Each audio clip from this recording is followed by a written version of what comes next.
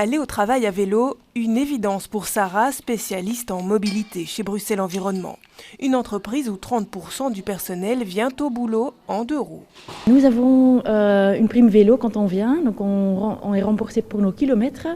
Et en plus, en fait, tous ceux qui veulent peuvent demander un vélo d'entreprise.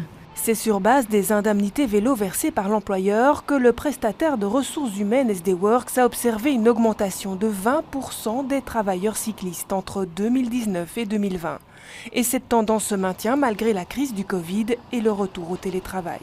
On reste tout de même à 12% en moins par rapport à avril 2019, mais en globalité, et c'est ça qui est intéressant, c'est que sur les 10 premiers mois de l'année, on remarque une augmentation de 4% malgré la Covid-19, malgré les déplacements de personnes qui ont reçu une indemnité vélo.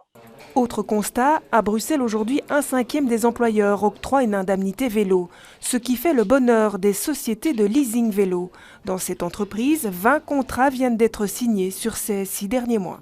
De plus en plus de personnes viennent ici en nous disant voilà, mon employeur m'a proposé la solution de leasing. Donc ils viennent avec un certain budget que leur employeur leur donne pour pouvoir se procurer un vélo. Et généralement, le budget est quand même assez intéressant, c'est autour de 2 000 €. Et cette croissance du nombre de travailleurs cyclistes ne tient pas compte des navetteurs et des travailleurs qui se déplacent à vélo sans percevoir d'indemnité. L'objet sans doute d'une prochaine enquête.